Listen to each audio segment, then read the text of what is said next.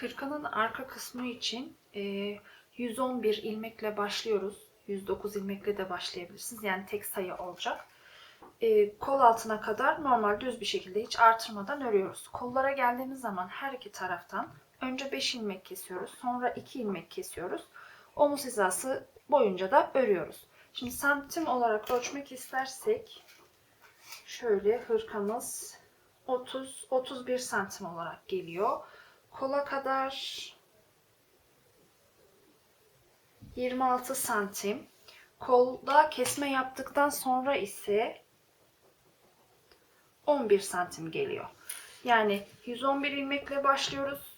Örüyoruz. Kol altına gelene kadar 5 ilmek kestik. Sonra 2 ilmek kestik. Kalan ilmeklerin hepsini ördük. Yakada herhangi bir kesme işlemi yapmadık. Dümdüz olarak kapattık. Şimdi önlere gelecek olursak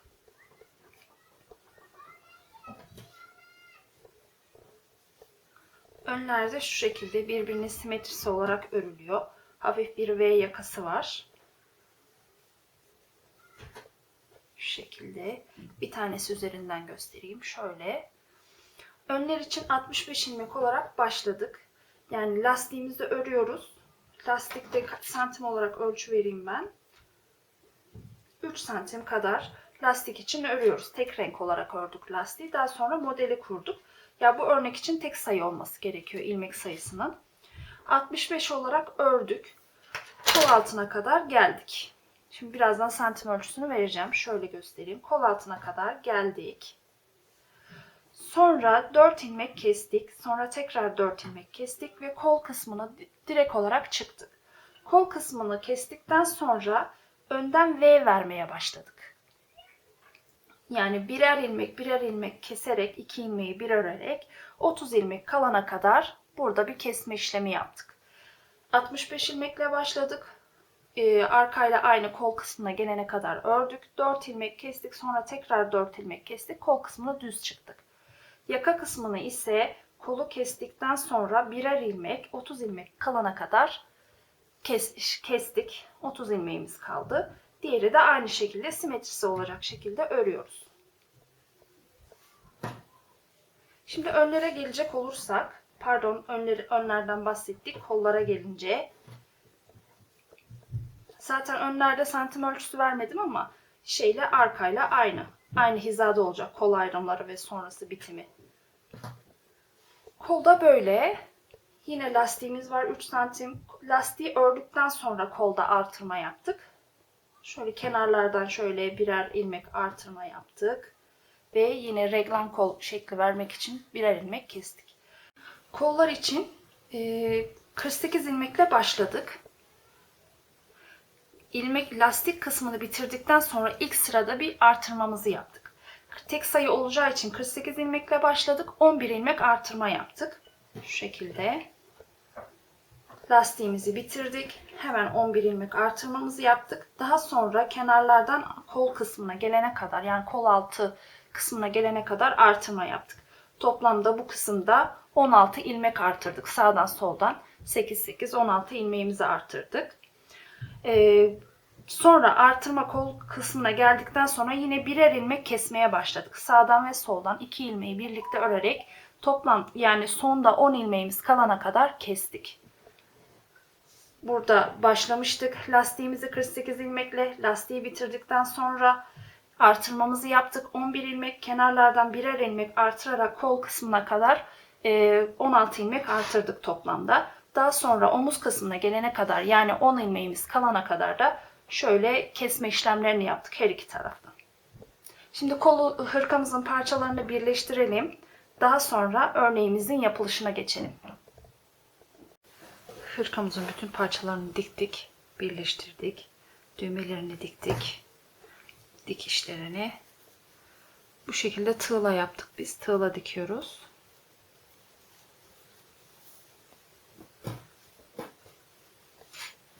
Hırkamızın önden görünüşü. Şu şekilde arkadan. Örnek terstense böyle gözüküyor. Şimdi modelimiz nasıl örülüyor ona geçelim. Tek renk iple de örebilirsiniz. Bakın tek renkle bu şekilde duruyor, çıtı pıtı. kalın bir ip, kahve bir ip kullanmıştım. Bu şapka modellerinde, boyunluk modellerinde falan da çok kullanılıyor. Çok güzel duruyor. Şu şekilde de iki renkle örebiliriz. Aynı hırkada olduğu gibi. Şimdi modelimizi yapmaya başlayalım. Ben örnek çıkartmak için tek sayı olarak attım. Yani şişimize ilmekleri tek sayı olarak atıyoruz. 2 düz 2 tersten biraz lastik ördüm. Sonra modeli kurdum. Şimdi şişimize ilmeklerimizi attık ve ilk defa örüyormuşuz gibi düşünelim. Ana rengimizi alıyoruz.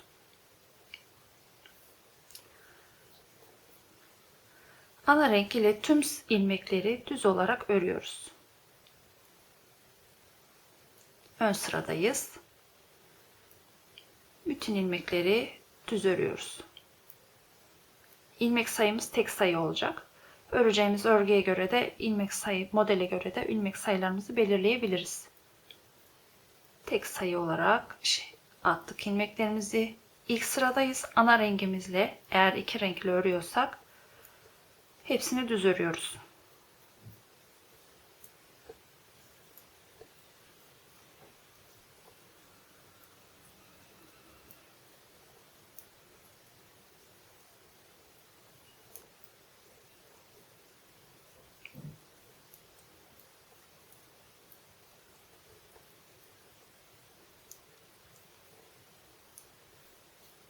Şu alttakileri çekelim.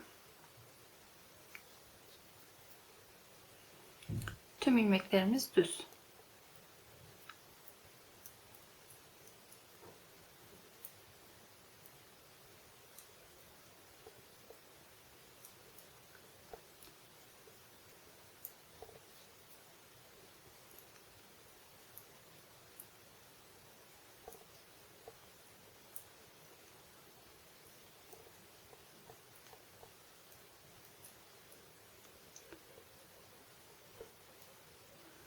Ön sırayı tamamladık. Şimdi aynı ana rengimizle devam ediyoruz. Arka sırayı öreceğiz. Arka sıramız ters olacak.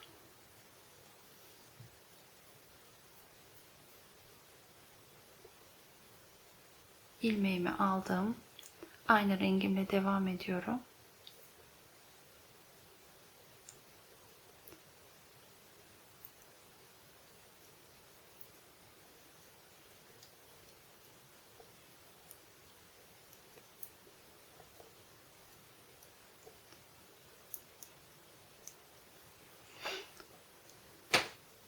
İkinci sıramız, yani arka sıramız ters.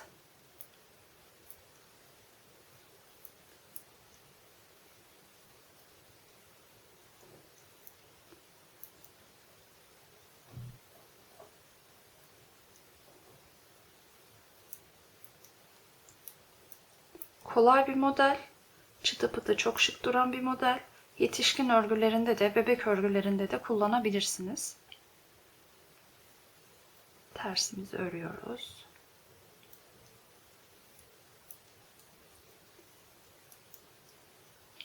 Dört turdan oluşuyor model.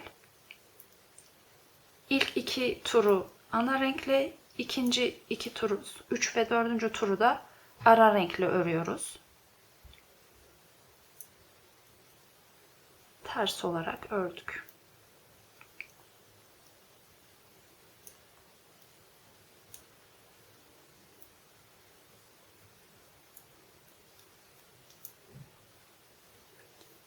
Şimdi ikinci rengimize geçiyoruz. Ben bir parça iplerim vardı. Onlarla çıkarttım modeli. Üçüncü tura geçtik. Üçüncü turda ikinci rengimizi alıyoruz. Zaten şöyle takip ettiğiniz zaman nasıl öreceğiniz belli oluyor. Yani modeli kurduktan sonra ilk ilmeğimizi düz olarak ördük. Şurada kenarda. Şimdi ikinci ilmeğimizi örmeden alıyoruz. İkinci ilmeğimizi düz olarak örüyoruz. Üçüncüyü örmeden alıyoruz. Yani bu sırayı bir düz örüyoruz, bir örmeden alıyoruz şeklinde tamamlıyoruz. Bir örmeden aldık, bir düz örüyoruz. Bir örmeden aldık, bir düz örüyoruz. Bu tur bu şekilde devam ediyor. Bir örmeden aldık, bir düz örüyoruz. Bir örmeden aldık, ipimiz arka tarafta. Bir düz ördük. Bir örmeden aldık, bir düz ördük.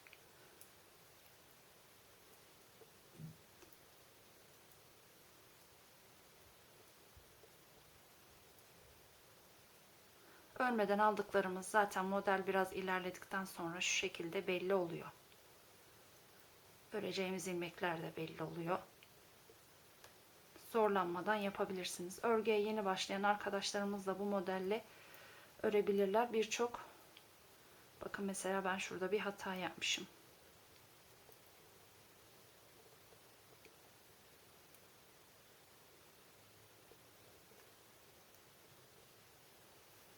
Şimdi arka sıraya geldik. Arka sırada aynı işlemi tekrar edeceğiz. İlmeğimi örmeden aldım. Yani kenar ilmeği olduğu için. Şimdi örmeden aldığım ilmeği tekrar örmeden alıyorum. Yeşil olan ipi, yani örerek ördüğüm, bir önceki turda ördüğüm ipi düz olarak örüyorum. İpi kendimden tarafa geçiyorum, örmeden alıyorum. İpi diğer tarafa geçiriyorum, düz örüyorum. Örmeden aldım ilmeğimi, diğer tarafa geçirdim, düz ördüm. Örmeden aldım, diğer tarafa geçirdim, düz ördüm. Örmeden aldım, diğer tarafa geçirdim, düz ördüm.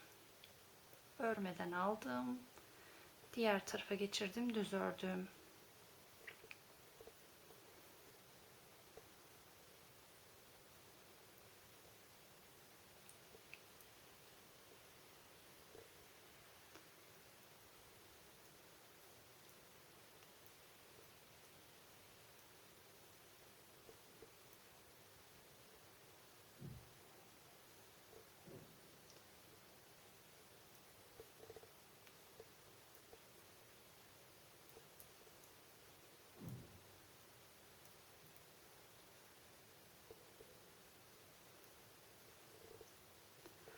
Şimdi örneğimizi tamamladık. Model bu şekilde 4 turun tekrarından oluşuyor. Tekrar ana rengimize geçiyoruz. Düz örüyoruz. Arka sırayı ters örüyoruz. Ara rengimize geçiyoruz. Bir düz örüyoruz. Bir örmeden alıyoruz. Bir düz örüyoruz. Bir örmeden alıyoruz. Arka sıraya tekrar 4. tura arka sıraya geçtiğimiz zaman aynı şekilde örüyoruz. Bir örmeden bir düz. Bu şekilde şu aralarda küçük haroşalar, minik haroşalar oluşuyor. Model bu şekilde kuruluyor. Mesela ördünüz, bıraktınız, gittiniz örgünüz, modelinizi tekrar örmeye başladınız. İpte nerede kaldım diye, hangi turda kaldım diye düşünüyorsanız eğer, iki ip eğer aynı yerdeyse siz tekrar ana renginizle başlayacaksınız. Bir ip bir tarafta, biri bir taraftaysa ara turlardasınızdır. Yani ya 3. turdasınızdır ya da farklı bir tur, 2. turdasınızdır. Birinci tura başlarken tekrar iki ipimiz de aynı yerde oluyor. Düz örgüyle başlıyoruz. İki renkli örüldüğünde bu şekilde. Tek renkle ördüğümüz zaman da aynı. Ben şimdi tek renkle nasıl örebiliriz onu da göstereceğim. Şimdi şişimize ilmeklerimizi attık. Model belli oluyormuş, şu şekilde göstereyim. Şimdi bu turu komple düz öreceğiz.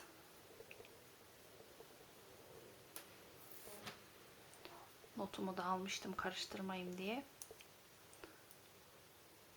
Kenar ilmeğimi aldım. Komple düz örüyorum bu turu. Bu da tek renkle örmek isterseniz.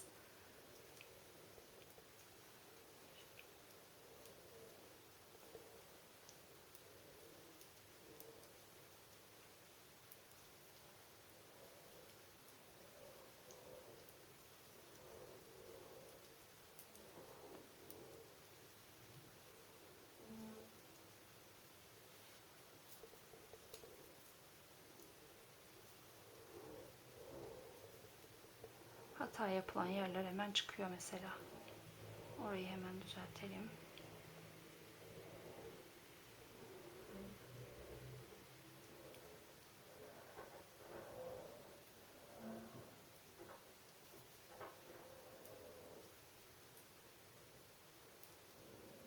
Bu tur komple, ilk turumuz komple düz.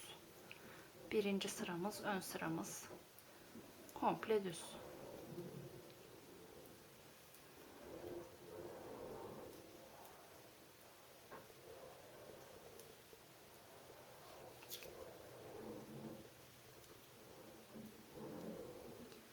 Şimdi ikinci turumuza geçiyoruz.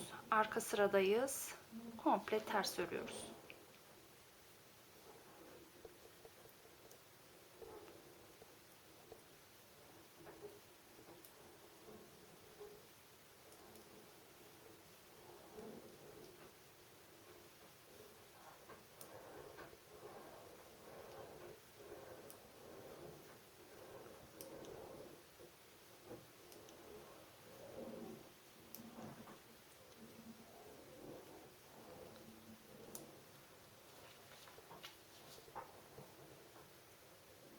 Şunları şöyle biraz tekleyelim.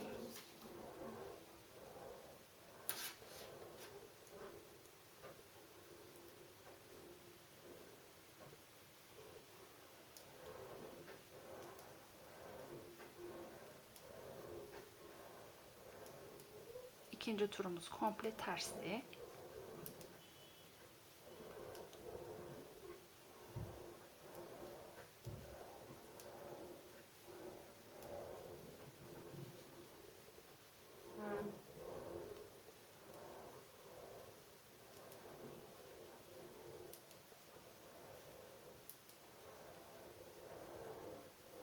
Şimdi üçüncü turumuza geçiyoruz.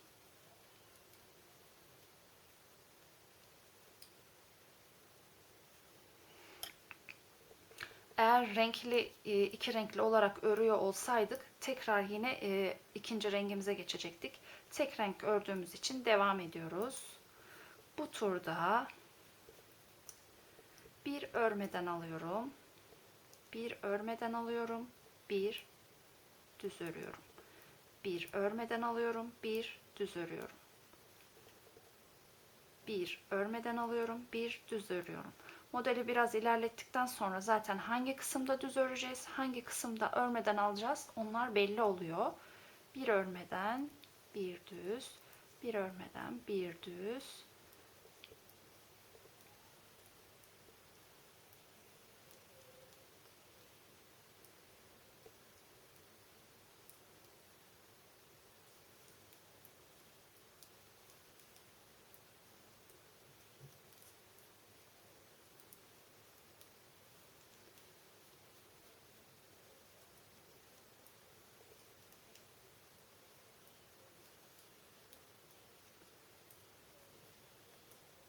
Son kısmını da şu şekilde bitirelim.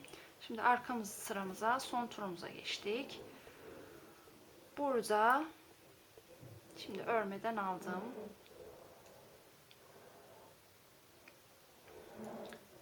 Şimdi ön sıradayım. Bakın burayı şu şekilde düz olarak öreceğim. Şimdi diğer ilmeğimi örmeden alacağım. Bakıyorum, yine düz olarak öreceğim. Bakıyorum, örmeden almam gerekiyor. Örmeden alıyorum. Düz, örmeden al. Düz, örmeden al. Düz, örmeden al. Düz, örmeden al. Düz, örmeden al.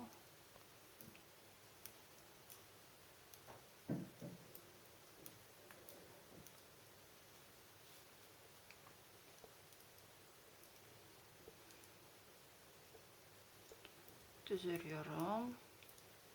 Örmeden alıyorum. Düz, örmeden al. Düz, örmeden al.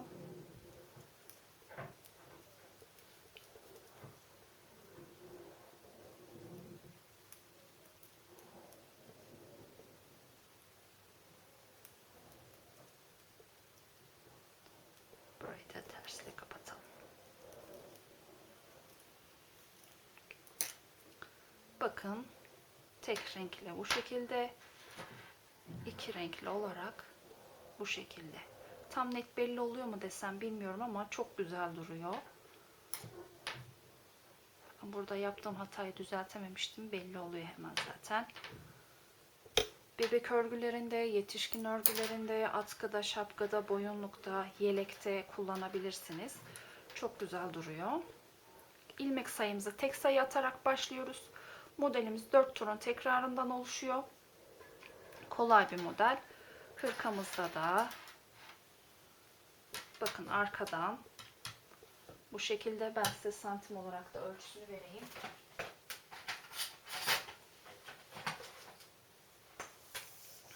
Kol altından ölçeceğim. Kol altından diğer kol altına kadar 34 santim. Uzunluğu, omuzdan uzunluğu ise 41 santim. Önlere bakalım. Yakasını da ilmek toplayarak yapmıştık. Böyle reglan kola andırıyor ama dikilince reglan gibi durmuyor. Şimdi önlere bakalım. 16 santim. Yaka lastiği ise 2,5-3 santim falan.